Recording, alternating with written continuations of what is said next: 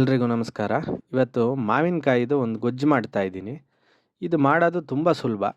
ಇದನ್ನು ಬೇಗ ರೆಡಿ ಮಾಡ್ಕೊಳ್ಬೋದು. ಮಾವಿನಕಾಯಿ ಗೊಜ್ಜು ಮಾಡೋಕ್ಕೆ ನಾನೊಂದು ದೊಡ್ಡ ಮಾವಿನಕಾಯಿನ ತಗೊಂಡು ಈ ಥರ ಹೋಳು ಮಾಡಿ ಇಟ್ಕೊಂಡಿದ್ದೀನಿ ಇದನ್ನು. ಇದನ್ನು ನೀವು ಕೆತ್ತಿ ಕೆತ್ತಿ ಕೂಡ ಇಟ್ಕೊಳ್ಬೋದು. ಹೋಳು ಬೇಕಾದ್ರೆ ಮಾಡ್ಕೊಳ್ಬೋದು. ಇದು ಏನಕ್ಕೆ ಅಂದರೆ ಜಸ್ಟ್ ಬೇಯೋಕ್ಕೋಸ್ಕರ ಇದನ್ನು ಈ ರೀತಿ ಹೋಳು ಮಾಡ್ಕೊಳ್ತಾ ಇರೋದು. ಇದಕ್ಕೆ ಸ್ವಲ್ಪ ನೀರು ಹಾಕ್ಕೊಳ್ತಾ ಇದ್ದೀನಿ.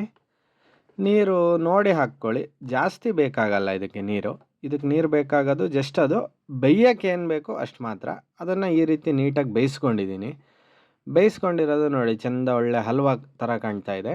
ನನಗೆ ಸಿಕ್ಕಿರೋ ಮಾವಿನಕಾಯಿ ಸ್ವಲ್ಪ ಹಣ್ಣಾಗ್ತಾ ಬಂದಿತ್ತು. ನೀವು ಬರೀ ಕಾಯಿ ತಗೊಳ್ಳಿ, ಚೆನ್ನಾಗಾಗತ್ತೆ. ಒಂದು ಮಿಕ್ಸಿ ಜಾರಿಗೆ 10ರಿಂದ 15 ಉಂಡೆ ಮೆಣಸಿನ್ಕಾಯಿ ಹಾಕ್ಕೊಳ್ತಾ ಇದ್ದೀನಿ ನಾನು. ಜೀರಿಗೆ ಮೆಣಸು, ಹಸಿಮೆಣಸು ಯಾವ್ದು ಬೇಕಾದರೂ ತಗೊಳ್ಳಿ. ಉಂಡೆ ಮೆಣಸು ಚೆನ್ನಾಗಾಗತ್ತೆ, ಖಾರ ಚೆನ್ನಾಗಿ ಬರುತ್ತೆ. ನಾನಿಲ್ಲಿ 2 ಸ್ಪೂನ್ ಉಪ್ಪು ಹಾಕ್ಕೊಳ್ತಾ ಇದ್ದೀನಿ. ಮಾವಿನಕಾಯಿ ಜಾಸ್ತಿ ಹುಳಿ ಇದ್ದರೆ ಉಪ್ಪು ಕೂಡ ಜಾಸ್ತಿ ಬೇಕಾಗತ್ತೆ.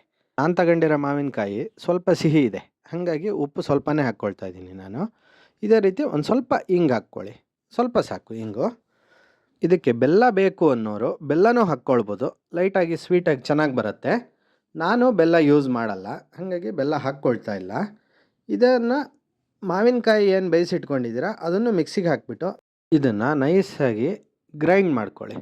ಗ್ರೈಂಡ್ ಮಾಡೋಕ್ಕೂ ಅಷ್ಟೇ, ನೀವು ನೀರು ಹಾಕುವ ಅವಶ್ಯಕತೆ ಏನಿರಲ್ಲ. ಗಟ್ಟಿಯಾಗಿದ್ದರೆ ಚೆನ್ನಾಗಿರುತ್ತೆ ಇದು, ಅದಕ್ಕೋಸ್ಕರ. ರುಬ್ಬಿರೋದನ್ನು ಒಂದು ಬೌಲಿಗೆ ಟ್ರಾನ್ಸ್ಫರ್ ಮಾಡ್ಕೊಂಬಿಡಿ. ಮಾವಿನಕಾಯಿ ಗೊಜ್ಜು ರೆಡಿ. ಇದನ್ನು ಊಟಕ್ಕೆ, ತಿಂಡಿಗೆ ಎಲ್ಲದಕ್ಕೂ ಯೂಸ್ ಮಾಡ್ಕೊಳ್ಬೋದು.